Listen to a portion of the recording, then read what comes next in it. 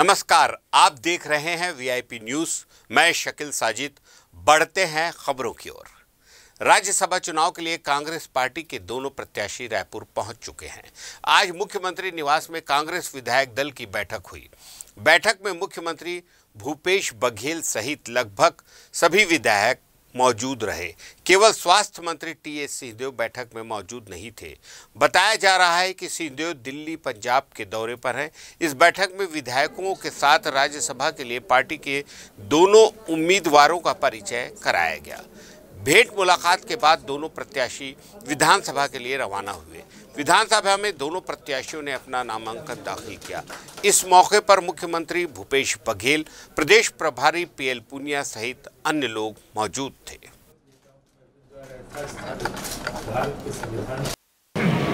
छत्तीसगढ़ विधानसभा से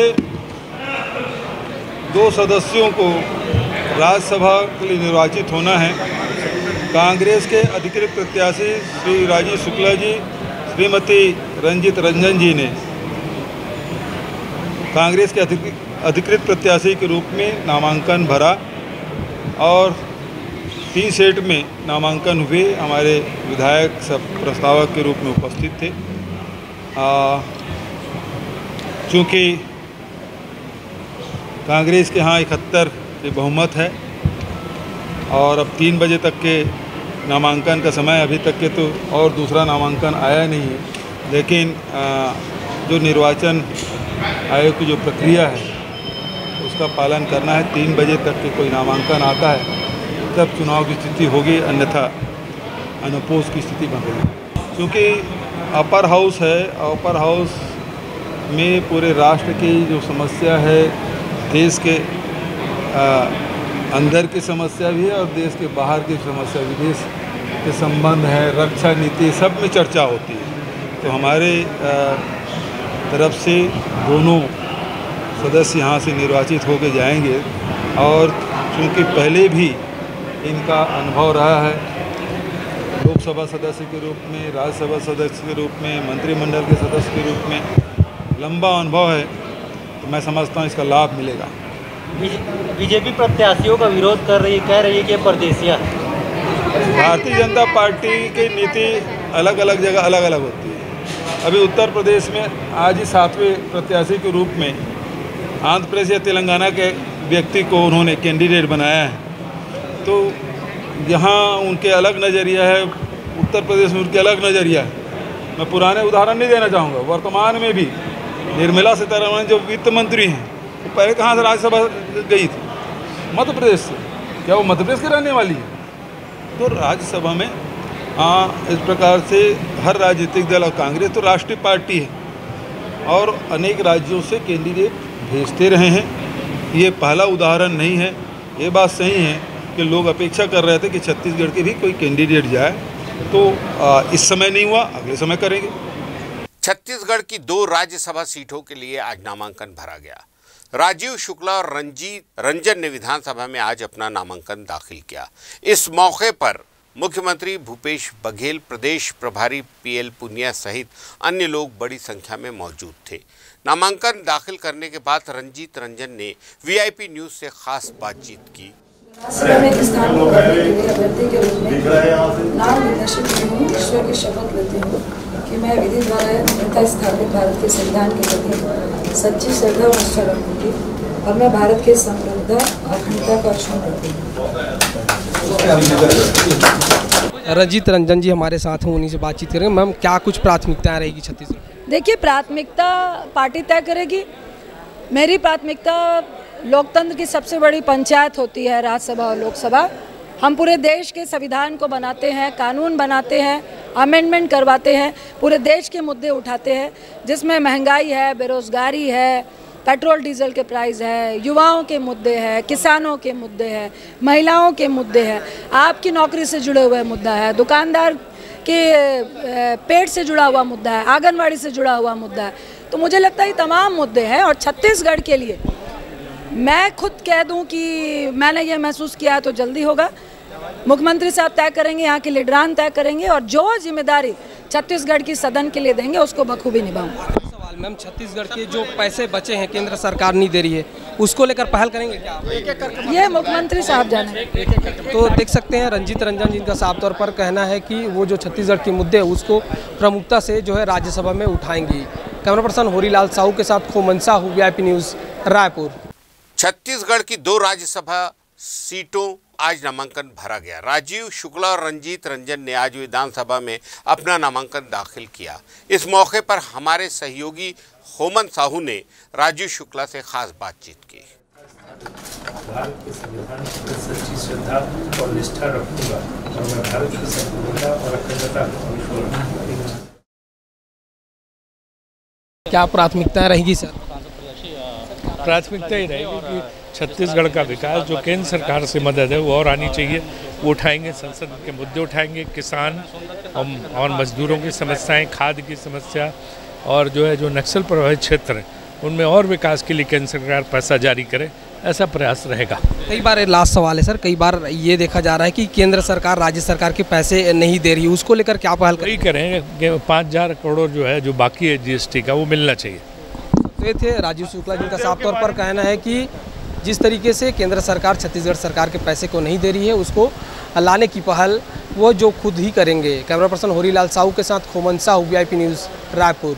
मोदी सरकार के 8 साल पूरे होने के अवसर पर केंद्रीय मंत्री प्रहलाद पटेल ने एक निजी होटल में प्रेस वार्ता कर केंद्र सरकार की उपलब्धियां गिनाई। उन्होंने पत्रकारों को संबोधित करते हुए बताया कि जम्मू कश्मीर से 370 और राम जन्मभूमि 3 तलाक जैसे महत्वपूर्ण निर्णय मोदी सरकार ने लिए हैं। इसके अलावा छत्तीसगढ़ सरकार पर तंज कसते हुए कहा कि छत्तीसगढ़ सरकार केंद्रीय योजनाओं पर खरा नहीं उतर पा रही है और आरोप लगाती है कि केंद्र सरकार पैसा नहीं देना चाहती।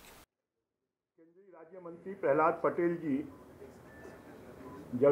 एक राज्य का नाम बताइए जो कहे कि भारत सरकार ने पैसा नहीं दिया। नाम लेकर बोलिए तो जवाब दूंगा मैं। हमारी किसी भी स्कीम में ग्रांट की स्थिति ही नहीं है, इसलिए कोई राज्य कह ही नहीं पा रहा है कि हम पैसा नहीं दे सकते।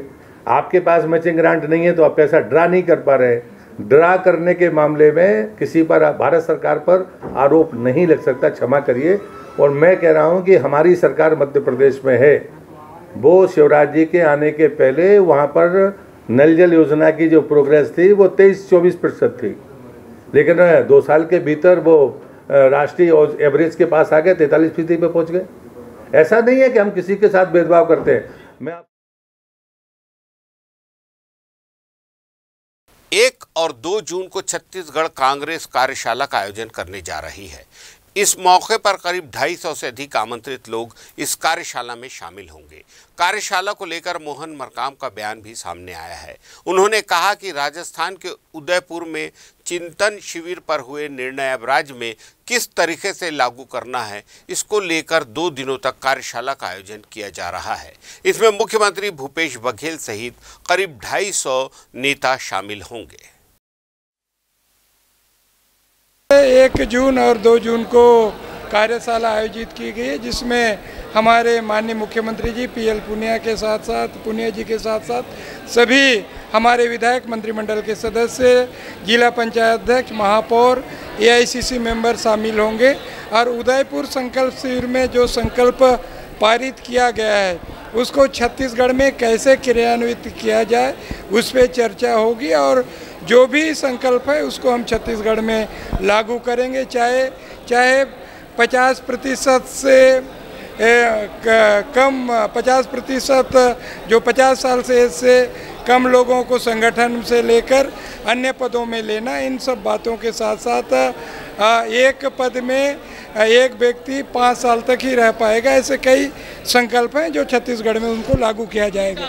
देखिए, जो राज्यसभा का चुनाव होता है पूरा देश भर के होता है और भारतीय जनता पार्टी के नेता, राष्ट्रीय उपाध्यक्ष, उनको भी जानना चाहिए कि भारतीय जनता पार्टी ने भी 10 सीटें बाहर दूसरे प्रदेशों के नेताओं को जगह दी गई है। तो भारतीय जनता पार्टी उस पर क्या कहेंगे। अकबर से लेकर सीतारमण से लेकर कई नेता हैं जो दूसरे प्रदेश के हैं और राजीव शुक्ला जी जो लंबा राजनीतिक अनुभव है, केंद्रीय मंत्री भी रहे और मुझे लगता है छत्तीसगढ़ के हितों के लिए केंद्र में उठाएंगे और छत्तीसगढ़ को उसका लाभ मिलेगा।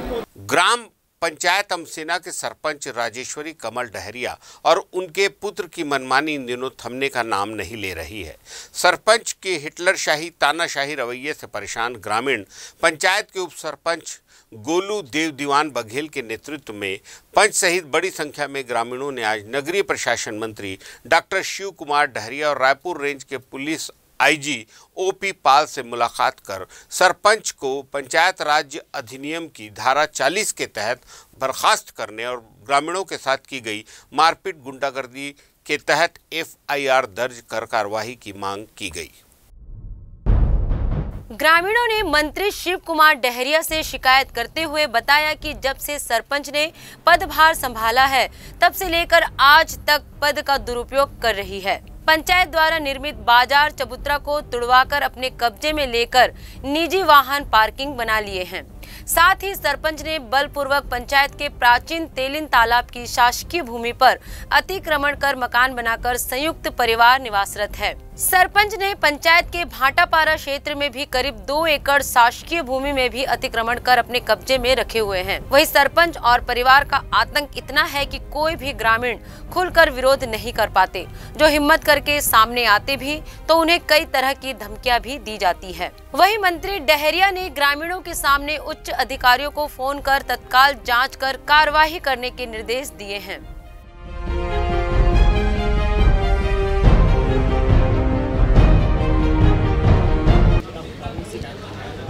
अभी उप सरपंच और ग्रामवासी आए थे, मैंने SDM को निर्देश दिया है कि उस पर जांच करके आवश्यक कार्रवाई करें। ग्राम पंचायत अमसेना के जो सरपंच है उसके खिलाफ जो आतंकित जो लोग हैं, जो आक्रोशित लोग हैं, पीड़ित ग्रामीण हैं, वो लोग मंत्री शिव डहरिया बंगले मंत्री के पास शिव डहरिया के उनके बंगले में पहुंचे हुए हैं और कुछ ग्रामीण हमारे साथ यहाँ मौजूद है। उन लोगों से जानते हैं कि किस तरह से उनकी क्या पीड़ा है, क्या व्यथा है और उनसे पूछते हैं कि क्या किस तरह से उनके द्वारा परेशानी की जा रही है। ये आप बताओ, आपका क्या समस्या है? हमारा खेत है जो उसमें सरकारी ज़मीन 10 डिसमिल है, उसमें वो पार के लिए 7 फीट मांग रहा है, तो हमने 7 फीट दिया उसको, मगर नहीं, वो बोलता है पटवारी नापा से लेंगे। तो हम बोले पटवारी नापा में पूरा ज़मीन निकालो। इसलिए हमारे लिए पुलिस बुलाया था। 200 आदमी रोजगार गारंटी वाला था, उसका सामने मारने पीटने का नाम लिया, जान समेत मार दूंगा बोला। थाना चला जाऊँगा, भले थाना जाऊँगा तेरे नाम से, मगर तुमको जान समेत मारूंगा बोलो। खूब गाली दिया, जैसा पाया वैसा। हमारा राशन कार्ड भी नहीं बना रहा है, फेंक दे रहा है कार्ड को। और ऐसी हरकत किसके द्वारा की गई आपके साथ? सबके साथ वैसे कर रहे थे। दीवाल सरपंच। कौन है सरपंच? वो नाम हमारे साथ कुछ और लोग हैं, उनसे बात करते हैं। ये उनके हस्बैंड है, उनसे पूछते हैं आपके साथ क्या घटना हुई थी? मेरे साथ हुआ था, वो गाली गुप्तार दिया ऐसा करके, मेरे से माफ़ी मंगवाया। मैं माफ़ी मंगा, उसके बाद में वो बोला, माफ़ी मांगने के बाद मेरे को गाली गलौज दिया और मिट्टी उठाया था मारने के लिए, जान से मारूंगा ऐसा करके। और पुलिस वाला भी था वहाँ पे, पूरा गांव वाला भी था, रोजगार गारंटी वाला जितना भी था उतना आदमी था। कोई आदमी आवाज़ नहीं उठाया मेरे बारे में। हमारे साथ कुछ और लोग हैं, कुछ ग्रामीण हैं, उनसे पूछते हैं कि क्या इनके साथ क्या किस तरह से उनके द्वारा घटना की गई है, क्या हुआ था? वो नाम भूखर नारंग है, वार्ड क्रमांक 12 के पंचपतिया में है। मैं एक गरीब घर से हमें है। मोर पास 2 एकड़ जमीन रही, मतलब ऐसी बिना पट्टा वाले। ओला सरपंच है, अपन मनमौजी से पूरा ध्वस्त कर दी छोल पूरा। अपन खुद सरकारी ज़मीन में अपन मकान बनाए हैं। अब मोर कोई जिए कोई खेत खार नहीं है। ऐसे वो अपन दादागिरी से मन चाहे अपन इच्छा अनुसार अपन आदमी के नहीं तोड़ा, और जेकर से दुश्मनी रहते होकर जमीन पूरा तोड़ते वहाँ। मोर भाभी मारे भी कुदारिश पूरा, बहुत आदमी सबके सामने में पूरा ऐसे। ये कुछ और लोग हैं, उनके साथ हम पूछते हैं कि क्या उनके साथ दिक्कतें हुई थी। आप बताओ क्या हुआ था आपके साथ? हमारे साथ हमारे 50 साल का कब्जा किया हुआ ज़मीन, आबादी ज़मीन में सड़क ले गए। वो बिना पूछे बिना सलाह करे, और कुछ बोल सकते हैं तो उसके सामने कुछ बोलते नहीं है, डर में। कोई बस्ती वाले हमारे साथ नहीं देता है और मारपीट लगाता है। कुछ भी कहोगे तो मारपीट लगाता है। ये बाबत के बारे में थोड़ा बहुत और झगड़ा हो गया था उससे, तो हमारा केस चल रहा है। हम लोग राजीनामा करेंगे करके बोला, वो हो जाएंगे करके हम लोग उसके बाद में आकर राजीनामा हो गया। उसके बाद में हमारे केस जब चल रहा था तो दूसरे पेशी माना करके मजिस्ट्रेट बोल दिया, तो साहब बोल दिया दूसरे पेशी में हम लोग चलो करके बोला, तो राजीनामा हम लोग के 2 साल छोड़ दो, हम नहीं जाएंगे राजीनामा के, ऐसा कहता है वो। अब उसके बारे में हम लोग कोई बात नहीं करते उससे। 2 साल हो गया, 2 साल के बाद बताऊँगा ऐसा कहता है। तो भाई किससे बात करेंगे, इसीलिए हम लोग कल चुप खामोश है। आपके साथ क्या हुआ था? हमारे साथ भी झगड़ा लड़ाई किया था। हमारे मकान बनाए थे, थोड़ा कब्जा सामने दरवाजे को कब्जा कर रहा था, उसको मकान बनाए थे, उस मकान को तो फोड़ दिया और मारपीट कर थाना भी ले गए थे वो लोग। आप ही लोगों को थाने भी बिठा दिए थे? हाँ। कुछ और पंच है हमारे साथ, उनसे बात करते हैं। क्या उनकी शिकायतें हैं, क्या इसके लिए गए के वो थाने में और आईजी के पास भी शिकायत करने वाले हैं, और अभी मंत्री के पास आए तो क्या हुआ? अभी मंत्री के पास आए हैं पूरा शिकायत लेके पूरा गाँववासी, तो मंत्री जी बोले हैं कि इसका मतलब ये करे चेक करवाएंगे करके। तुरंत एसडीएम साहब को फ़ोन किए हैं कि तत्काल उसका जांच करे। और हम लोग तो ऐसे पीड़ित हैं उसके नाम से कि पूछो मत, कोई आदमी शिकायत नहीं कर पा रहा है और हमेशा क्या मारने पीटने की धमकी देता है। हमारा भी ज़मीन है और कम से कम 40 साल से काबिज है वो, और प्लस उसमें पिंचिंग पहले से था और पिंचिंग वाले चीज़ को वो तोड़ के सीधा फेंक दिया है। और शिकायत करने को क्या है, देख एक सामने जस्ट मेरा लक्ष्मण धीवर है, उसको जान से मारने की धमकी दिया, इसी नाम से हम लोग कुछ नहीं कर पाए। हाँ भाई, वो कब कितना बार क्या कर देगा उसका कोई ठिकाना नहीं है, बस यही है। आईजी के पास भी आप लोग जाने वाले हैं शिकायत करने के लिए, उनके खिलाफ एफआईआर दर्ज करने की मांग कर रहे हैं? हाँ किए हैं। हाँ अब जाएंगे अभी आईजी के पास, शिकायत करेंगे, क्योंकि हमेशा मारपीट रवैया उसका हिटलर शाही तो आज तक बंद हुआ ही नहीं है। जब चाहे जब न तो उसको बोलने आता है और जब चाहे जब मतलब किसी को कुछ भी बोल देता है। हाँ कम से कम उसे ढंग तो आए बोलने का। हाँ क्या हुआ था आपके साथ? मेरा ये है सर कि शौचालय का पैसा आया है, तो मांगते मांगते मैं बहुत दिन हो गए, 6 महीना बीत गया। वो बोलता है सरपंच जी कि आप डहरिया के पास लेटर दिए हो तो मैं नहीं दूंगा पैसा, ऐसे के बोलते हैं। बाकी अब मैं मांगना छोड़ दिया हूँ, सीधा आवेदन लगा रहा हूँ मैं। हाँ ठीक है, 2 साल हो गए। कुछ और ग्रामीण है जो पुराना भूतपूर्व सरपंच है, उनसे पूछते हैं आपकी ज़मीन के साथ क्या हुआ था, क्या आपके साथ आपकी ज़मीन के साथ छेड़छाड़ी भी हुई? हाँ मेरा ज़मीन है जो मेरा नाम तुलसीदास कुर्रे है। मेरा ज़मीन 53-54 से काबिज है और उस ज़मीन को बिना सूचना दिए हुए तोड़ दिए हैं। और उस ज़मीन मेरे न्यायालय में केस दायर है और 90 साल से केस चल रहा था उसमें, तो उसमें जाकर पत्थर को निकाल दिया, फेंक दिया बिना पूछे, बिना सूचना दिए।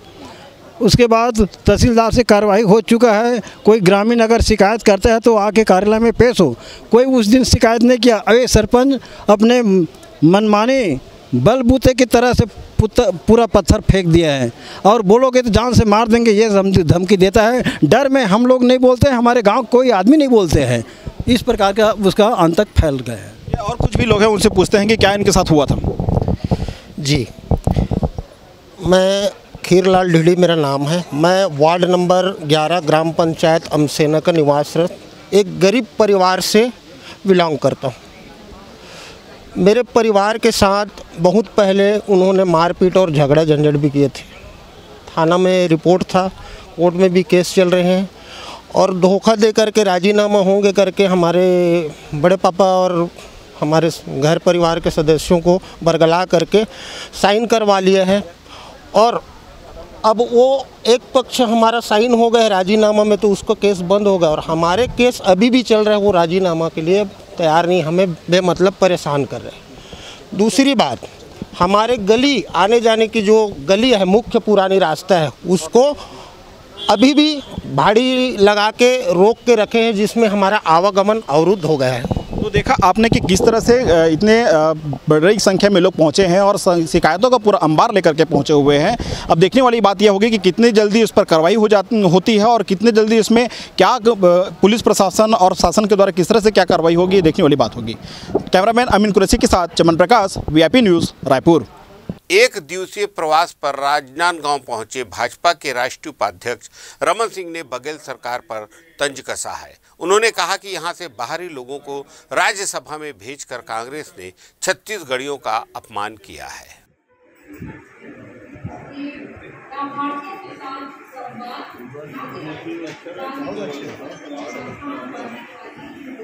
राज्य सरकार ने एक बार फिर 6 IAS अधिकारियों के प्रभार में बदलाव किया है। गरियाबंद की कलेक्टर नम्रता गांधी को मंत्रालय वापस बुला लिया गया है। उनको संयुक्त सचिव का दायित्व दिया गया है। नगर पालिका निगम रायपुर के आयुक्त प्रभात मलिक को गरियाबंद कलेक्टर बनाया गया है। इसी तरह अंकित आनंद को ऊर्जा विभाग, विद्युत विभाग के साथ साथ मुख्यमंत्री सचिवालय का भी अतिरिक्त दायित्व दिया गया है। मयंक चतुर्वेदी रायपुर नगर निगम के कमिश्नर होंगे, साथ ही स्मार्ट सिटी के प्रबंध संचालक की जिम्मेदारी भी संभालेंगे। अविनाश मिश्र को अनुविभागीय अधिकारी दंतेवाड़ा से जिला पंचायत रायगढ़ का मुख्य कार्यपालन अधिकारी बनाया गया है।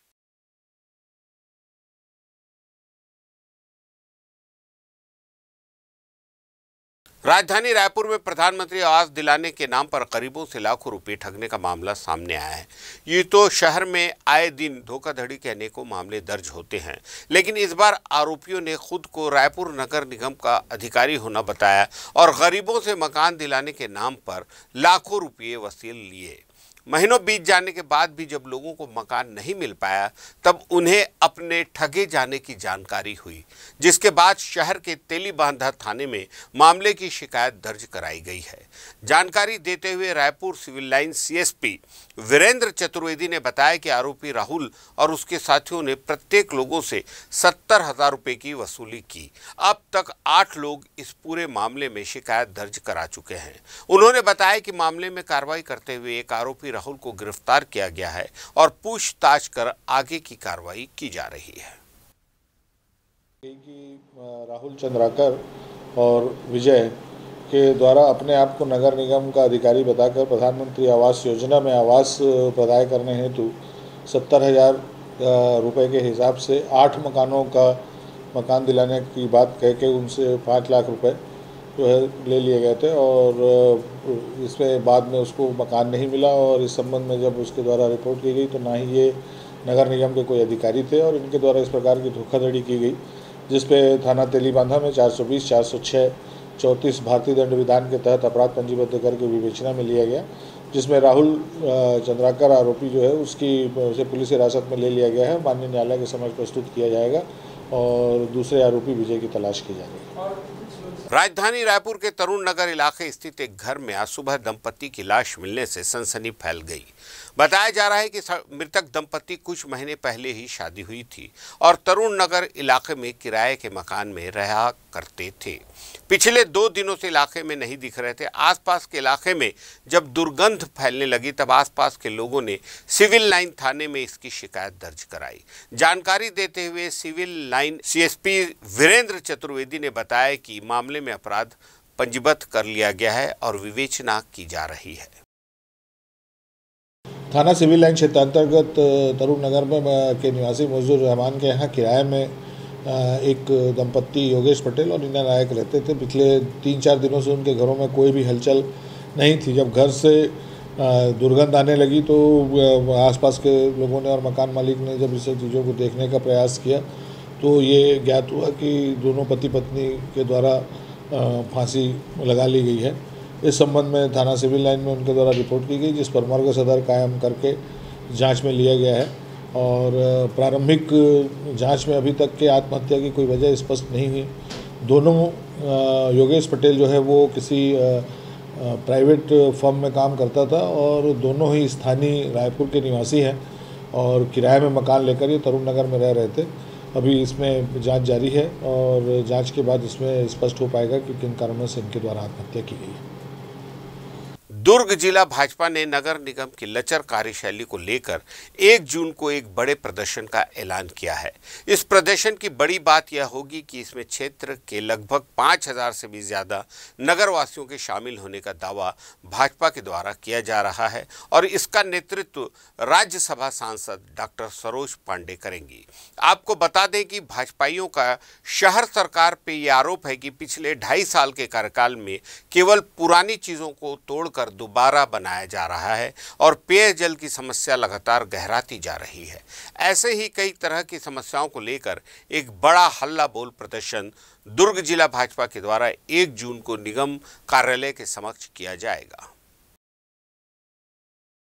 एक्चुअली जो पूरे शहर की दुर्दशा हो गई और किसी का काम नहीं हो रहा और जो जा रहा है वहाँ पर नगर निगम में सिर्फ और सिर्फ उन वार्डों का नाम हो रहा है, उन वार्डों का काम हो रहा है जो जिसमें कांग्रेस प्रत्याशी हैं, जिसमें कांग्रेस के पार्षद हैं और उन वार्डों का काम ही नहीं हो रहा है जिसमें भाजपा के पार्षद हैं, जिसमें निर्दलीय पार्षद हैं। अरे भाई आप एक जनप्रतिनिधि हो, एक आप उनके लिए हो आप, और आप उसी में पार्शियलिटी कर रहे हो।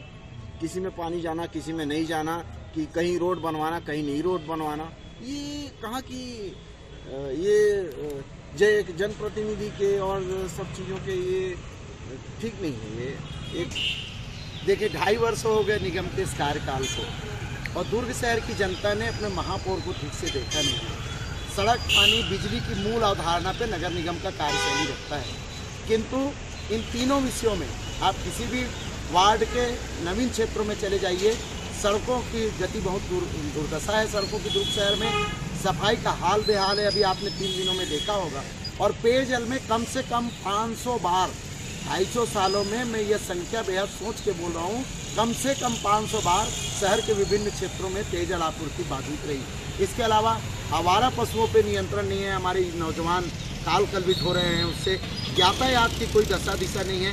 माननीय महापौर जी के पास ना कोई विजन है, ना कोई दृष्टिकोण है, केवल एक काम है, माननीय विधायक जी के पीछे पीछे घूमना, उन्हें प्रसन्न करना। इससे दुर्ग शहर की जनता त्राही हो चुकी है। अधिकारी कर्मचारी नौकरी छोड़ के जा रहे हैं, और जितने सब जवाब दिखाए गए थे 3.5 वर्ष पूर्व प्रदेश सरकार से और 2.5 वर्ष पूर्व नगर निगम के महापौर के द्वारा, वो सारे फेल हुए हैं। न पट्टा बटा है, न निराश्रित पेंशनधारियों की पेंशन बढ़ी है। इन सारे मुद्दों को लेकर एक जंगी प्रदर्शन 1 जून को दुर्ग शहर के नगरवासी करेंगे, और इसकी तैयारियां मोहल्लों में बैठ। राजधानी रायपुर के आत्मानंद स्कूलों में विभिन्न पदों पर भर्ती प्रक्रिया आज बैरन बाजार स्थित महिला पॉलिटेक्निक कॉलेज में रखी गई थी। इस प्रक्रिया में शामिल होने सुबह से ही हजारों की संख्या में प्रतिभागी पहुंचे, लेकिन एक ही दिन में फॉर्म सबमिशन से लेकर इंटरव्यू तक सभी प्रक्रियाएं पूर्ण कराए जाने के चलते भारी अव्यवस्थाओं का आलम यहां देखने को मिला। कुल 68 पदों के लिए हजारों बेरोजगारों ने फॉर्म सबमिट किए। बड़ी संख्या में महिलाएं भी शामिल थी। कई महिलाएं नवजात बच्चों को लेकर पहुंची थी, तो कई दूर दूर से पहुंचे थे। अव्यवस्थाओं के आलम के चलते भारी हंगामा यहां देखने को मिला। कई प्रतियोगियों को फॉर्म भी नहीं मिल पाए। भर्ती प्रक्रिया के दौरान इन अव्यवस्थाओं को लेकर वॉक इन इंटरव्यू में पहुंचे प्रतिभागियों से बातचीत की हमारे संवाददाता ने।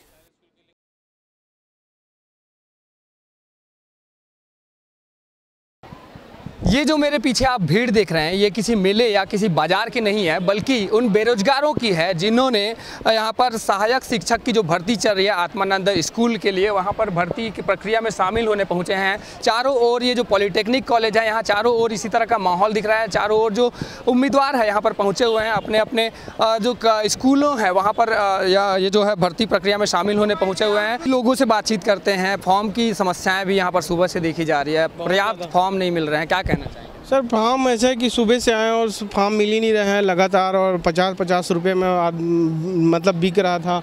10 रुपये से लेके 50 रुपये फॉर्म बिक रहा है, और सर लोग देने के लिए तो फॉर्म शुरू में तो बहुत ज़्यादा मारामारी हुई, मतलब मिल ही नहीं रहा था फॉर्म। और ये चीज़ को ना PDF में डाल दिए रहते तो सब अपना फॉर्म फिलअप करके घर से आते सीधा यहाँ जमा करते, कोई परेशानी नहीं था।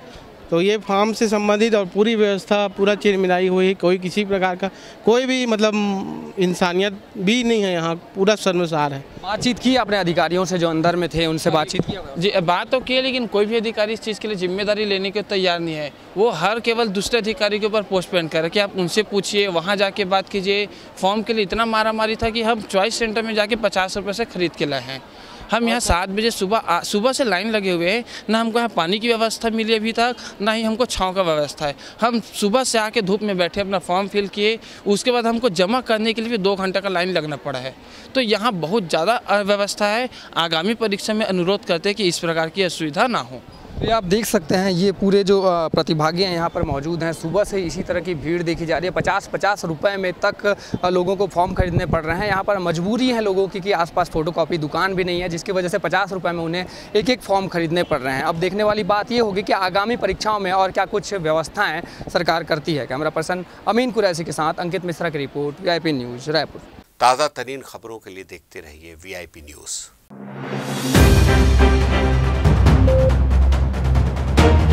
Thank you.